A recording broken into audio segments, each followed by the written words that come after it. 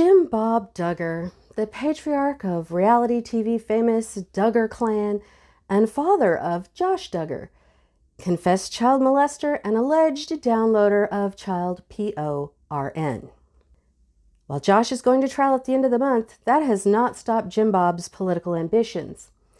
He has announced his run for the Arkansas State Senate, which he'll probably win. And I've got some shit to say about that, so let's get into it.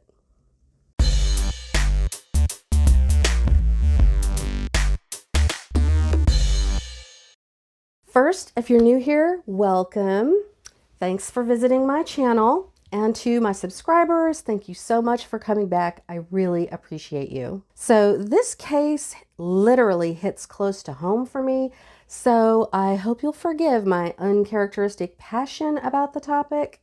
So, Jim Bob Duggar is again running for state government. He actually was my state representative from 1999 to 2002. He ran for some other offices after that, incidentally during the exact same time that Josh was molesting his sisters, but fortunately he didn't win any of those races. But the Duggars, both Josh and Jim Bob, continued to be major influencers in the world of right-wing politics. They supported and were supported by politicians such as Mike Huckabee and Rick Santorum. They've been featured speakers at CPAC. And before his crimes against his sister were made public, Josh was head of the lobbying group FRC Action, a group that has been labeled a hate group by the Southern Poverty Law Center. The platform that Jim Bob is running on is unchanged from what it's always been. To quote from his website, he's pro-family, pro-business, pro-gun, and pro-life. And of course, also anti-mask and anti-vaccine, because their deep pro-life convictions only apply to women's bodies. Now, a lot of people might reasonably question holding Jim Bob accountable for his son's crimes. So I'm going to break it down for you. Because the values that the Duggars want to impose on the rest of us aren't just ignorant and regressive, which they totally are. They're actually dangerous to a lot of people, and Josh's crimes only prove my point. First, I feel like we need to go over all the things that Josh did, because in the national media coverage, a lot of things get left out or glossed over. And as someone who's lived near the Duggars for most of my life, I have a perspective that most people don't and can put things into context. Most people only learned about the dark side of the Duggar clan in 2015 when the evidence of Josh's crimes against his sister were made public. But that abuse and much more had happened much earlier. Starting in 2002, during the same time that Jim Bob was running in the Republican primary for a seat in the U.S. Senate, Josh, who was then 14, began sexually assaulting some of the girls in his family. Because the Duggars have worked so hard to minimize what Josh did, I think it's important to be specific. The girls, 4 of his sisters and another relative, alleged that Josh would fondle them when they were asleep, and one girl alleged that he forcibly fondled her while she was awake. And by fondle, I mean he groped them on parts of their bodies that absolutely count as sexual assault. I also want to point out that Josh was 14 at the time he began doing this, and his youngest victim was 5. This abuse apparently went on for about a year. During that time, Josh confessed to Jim Bob about what he was doing multiple times. However, neither Jim Bob nor Michelle ever went to Child and Family Services or any other authorities. Instead, Jim Bob discussed it with his church elders, which is exactly what his cult instructs him to do. But more on that later. So, since the Duggars don't believe in using actual licensed psychiatrists or therapists, in the spring of 2003, Jim Bob's solution to Josh's, quote, bad choices was to send him to a Christian counseling facility. And interestingly, Jim Bob and Michelle were really cagey when they were asked about this later. Jim Bob would say he couldn't even remember what the facility was called, only that it involved hard physical work and counseling, When asked the same thing, Michelle would say that they had sent Josh to work with a friend who had a remodeling business, as though that's a perfectly normal way to rehabilitate a teen sex offender. In reality, they didn't want the world to know that they'd sent Josh to a facility run by Bill Gothard, because the same year that Josh's crimes became public, 2015, Gothard's organization and later Gothard himself were being sued for sexual harassment and assault. But more on that later. So tracking down where Josh was sent in 2003 took a little bit of digging, but thankfully the reporters of the Arkansas Democrat-Gazette did that work for me. They reported that the facility had been located in the old VA hospital in Little Rock. At the time, it was being run by the Institute in Basic Life Principles, the ministry cult that was founded by Gothard. According to the Democrat Gazette, Gothard had purchased the building from the owners of Hobby Lobby and begun renovating it to run one of his troubled youth facilities using its, quote, Bible-based rehabilitation program. Yet the IBLP claims to have no records from that facility at the time, and current IBLP staff say they don't know exactly what was going on there in 2003. So we can't know for sure, but based on what was going on with the Little Rock building, along with Jim Bob and Michelle's vague statements, it kind of seems like Josh was sent to provide free labor to renovate the center before it officially opened, but then for whatever reason it never actually opened. And this is where we need to take a closer look at Bill Gothard and the IBLP. Jen from Fun Day Fridays has done a great deep dive into both the Duggars and Bill Gothard and the IBLP. I highly recommend them, so I'm going to put a link in the description to those videos. Now, the Duggars are often described as being part of the Quiverful movement, and though their beliefs align with a lot of the Quiverful doctrine, they don't identify as such. The Duggars list their religion as Independent Fundamentalist Baptist, a denomination that was recently busted for, guess what? Where the Duggars get most, if not all, of their daily homeschooling lessons is from the Advanced Training Institute, the, quote, educational branch of the IBLP. Now, to be clear, the IBLP is not technically a religion. And so I'm just going to go over some of the history very briefly. The IBLP was founded by Gothard in 1961 under the name Campus Teams, since its primary focus was on proselytizing to young people. After a couple of more name changes, it was finally named the Institute in Basic Life Principles in 1989. Again, I highly recommend Fun Day Friday's video on this. So the IBLP opened up several of what they called training centers across the country, one of which was going to be in the old VA hospital in Little Rock. These training centers were designed to, quote, rehabilitate troubled young people who had sinned. And according to Gothard, anything from participating in sports to having a boyfriend counted as sin. And of course, the worst sin of all, being gay. The training centers, which were not staffed with certified counselors or subjected to oversight of any kind, were basically forced labor camps. Teens there were given no education. They were forced to work long hours, sometimes up to 100 hours a week, and locked in their quarters at night. Unsurprisingly, these training centers have been accused of all kinds of crime, from forced labor to physical and sexual abuse. The 2015 class action suit against the IBLP specifically named these training centers and their staff, accusing them of physical and sexual abuse, as well as failing to report such abuse. In the end, the plaintiffs in these cases had to drop their suit because of the, quote, unique complexities of their cases and the fact that the statute of limitations had run out on most of these crimes. But that didn't stop the survivors from speaking out. They started a website called Recovering Grace, which is where they can share their stories and offer support to one another. I'll go ahead and put a link to that in the description if you would like to check it out.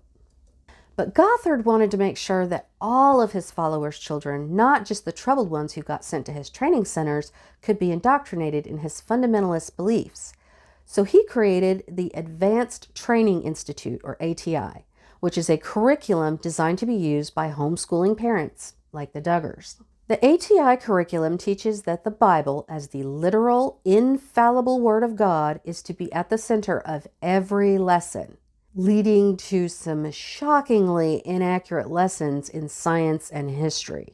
The ATI curriculum also has a big focus on teaching students how they should behave. Immediate, unquestioning obedience to authority is mandated, and the ATI recommends beating children for infractions like failing to complete a chore on time or arguing with a sibling. Purity and modesty are, of course, very important to the ATI, and the way girls dress, sit, walk, and speak is strictly laid out. Dancing, sports, and other normal activities are forbidden for being not modest enough. Premarital sex is, of course, off the table, as is dating or even holding hands before marriage. After marriage, women are to be totally subservient to their husbands, including sexually. Wives are not allowed to work outside the home, and of course, birth control is strictly forbidden. Since the ATI is so focused on girls' and women's bodies and sexuality, it of course includes lessons on sexual assault. The lesson is essentially that girls are responsible for being modest and chaste so as not to tempt men and boys into sin. And if a girl does find herself sexually assaulted, the curriculum instructs her to ask herself what she did to allow this to happen. Maybe even worse than the victim blaming, the ATI teaches that victims are to immediately forgive their abusers, regardless of whether that abuser has even asked for it. With such a creepy, misogynist belief system taught by an authoritarian leader, it's no surprise that in 2014, multiple women and men came forward accusing Gothard and IBLP staff of abusing them while they were at his training centers. One of Gothard's personal drivers testified that he witnessed Gothard sexually abuse as many as 150 girls between 1994 and 1996. It was apparently an open secret. The old, never-married Gothard always had several young, attractive girls around him, so much so that the staff jokingly referred to them as his harem. When the allegations of abuse came out, Gothard stepped down as head of the IBLP. Anyway, back to Josh. In July of 2003, Josh, who was now 15, returned from his 3-month stint at counseling at the IBLP Center. Apparently, Jim Bob and the church elders decided that he still needed more, quote, counseling, but of course not from any real counselors. So they had a family friend, a state trooper named Joseph Hutchins, give him what they called a stern talk. Hutchins, as a corporal in the Arkansas State Police, was a mandated reporter, meaning that if he even suspected child abuse, he was mandated by law to inform the proper authorities. In Arkansas, that's the Department of Children and Family Services, or CFS. Hutchins did not only not report the abuse, he didn't even file a police report of the conversation, so no other law enforcement officials were even aware that this took place. Only 4 years later, in 2007, Hutchins would plead guilty to 8 felony counts of possessing visual or print medium depicting sexually explicit conduct involving a child. He was sentenced to 5 years in prison, but only served 3. When he was released in 2010, and while still on parole, he was arrested again and charged with 4 counts of distribution, possession, or viewing of sexually explicit material involving a child. This time, he was sentenced to 56 years in prison, where he sits to this day. Knowing this about Hutchins, it puts his decision not to report Josh's crimes in a really suspicious light. Now, with Josh's crimes safely swept under the rug, the Duggar family continued growing, and their fertility caught the attention of the mainstream media. They did several interviews, which eventually led to them getting their own reality show on TLC in December of 2008. Josh was already an adult by that time, but he was still a really big part of the show. During this same time, Josh, following in his old man's footsteps, was beginning his career in politics, working as a part-time political consultant alongside his used car lot. In 2008, he worked for Mike Huckabee, who was also chummy with Gothard, by the way, during his presidential primary campaign. In 2012, he spoke at rallies supporting presidential candidate and internet punchline Rick Santorum. Then in June of 2013, Josh moved up the halls of power considerably. He was hired as the executive director of the lobbying group Family Research Council Action, or FRC Action. When they announced his hire, FRC Action called Josh the new face of faith and politics. And I have to agree. Besides opposing abortion rights and access to birth control, the FRC Action's work is primarily to block or roll back the rights of LGBTQ people based on debunked pseudoscience and fear-mongering, including accusing LGBTQ people of being pedophiles. Let me repeat that. Josh Duggar, who molested 5 young girls, was accusing LGBTQ people of being pedophiles. But to understand Josh's first downfall, we need to take a step back to 2006. The sequence of events is pretty well known by now, so I'll just kind of briefly recap it. The Duggar clan, who were not yet reality TV stars, were set to appear on the Oprah Winfrey Show. But just before their appearance, an anonymous tipster contacted the show with information about Josh's crimes. Oprah, who's always been a fierce advocate for sexual assault victims, immediately canceled their appearance and reported this to the authorities, making her the first person to actually do the right thing. So CFS, along with the Springdale Police Department, opened an investigation. That investigation revealed the crimes that now we all know about. But there was a problem. When Jim Bob told Joseph Hutchins, the now twice convicted pedophile, about what Josh had done, the Springdale police said that counted as reporting it to the authorities and started the clock on the statute of limitations. By the time the actual investigation began in 2006, the statute of limitations had run out on Josh's crimes. So since he couldn't be charged and all the people involved had been minors at the time, the SPD quietly closed the case and filed it away. 9 years would go by while Josh continued to build his political career shitting on LGBTQ people. Then, in May of 2015, while Josh was head of the FRC Action, another anonymous tipster contacted the magazine In Touch Weekly with information about the 2006 investigation. So In Touch Weekly filed a Freedom of Information Act to obtain copies of the police reports. And when they saw what those reports contained, they published the bombshell story that finally made Josh's crimes public. In the wake of that expose, Josh apologized for his, quote, wrongdoing, and his victims, as mandated by their cult, forgave him. In public statements, his parents and other supporters, like Mike Huckabee and Rick Santorum, offered sympathy for him and told people not to judge him, but to pray for him. Not one word was said offering sympathy or understanding for his victims. So, in the wake of these crimes becoming public, Josh resigned his position at FRC Action, and the Duggar's reality show was canceled by TLC soon afterwards. But that was not the end of Josh's actions coming back to bite him in the ass. Just a few months after the In Touch Weekly article hit, the website Ashley Madison was hacked. The site, if you don't already know, is essentially a dating site for married people to find extramarital affairs. The hackers released the site's info, showing that Josh had not 1, but 2 accounts on it. Again, Josh had to make a public apology, though at least this time his sins were with consenting adults. In his apology, he claimed he suffered from a porn addiction. Then, right on the heels of the Ashley Madison scandal, sex worker Danica Dillon, whose real name is Ashley Johnston, filed suit against Josh, alleging that he brutally assaulted her during an otherwise consensual sexual encounter for pay. Josh denied the allegations and claimed that he had Uber receipts showing he wasn't even in town at the time of the alleged attack. Unsurprisingly, Johnston found that her status as a sex worker meant that the media and legal system didn't take her allegations seriously.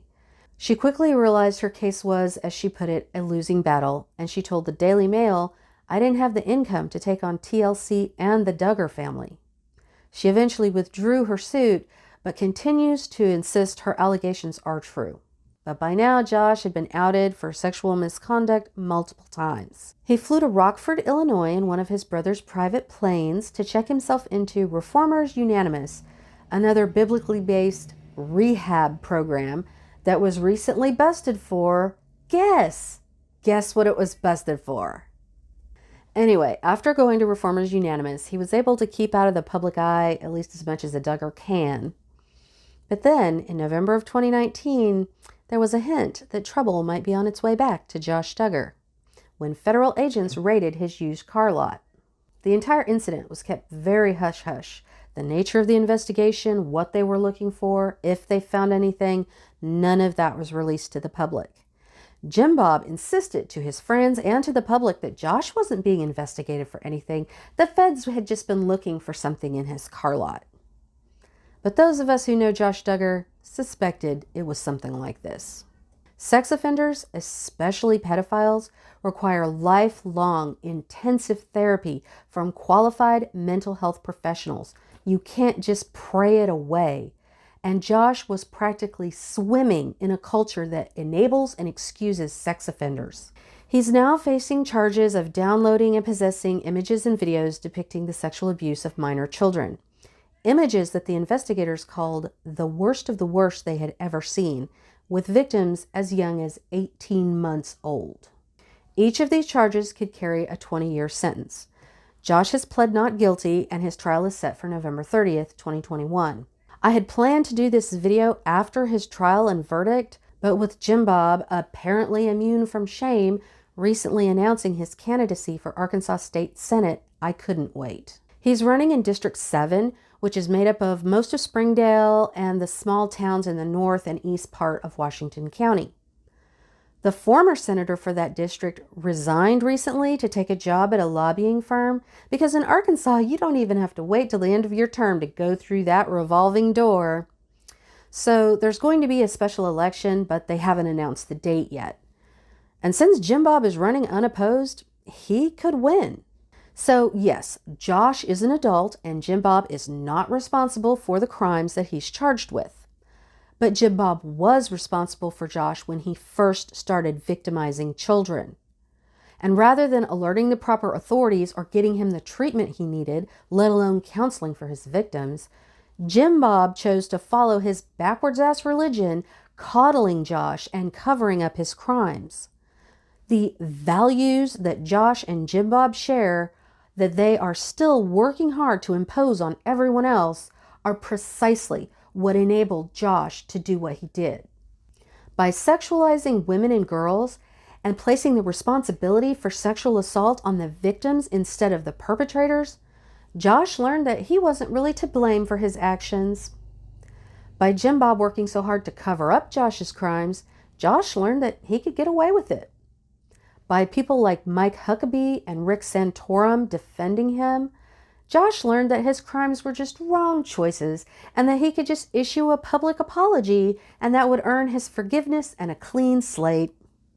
So while he enjoyed forgiveness and an open door into positions of power, he and his family continued spreading hateful lies against LGBTQ people, accusing them of being the exact thing that Josh actually is.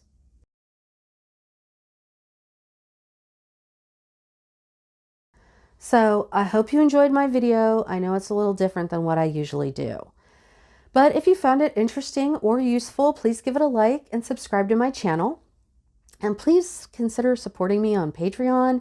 I couldn't talk about this topic without using certain words and phrases that YouTube will not monetize. So not only can you earn yourself some cool murder nerd merch, you'll be helping me continue to cover controversial cases that advertisers won't touch. Till next time, Darklings.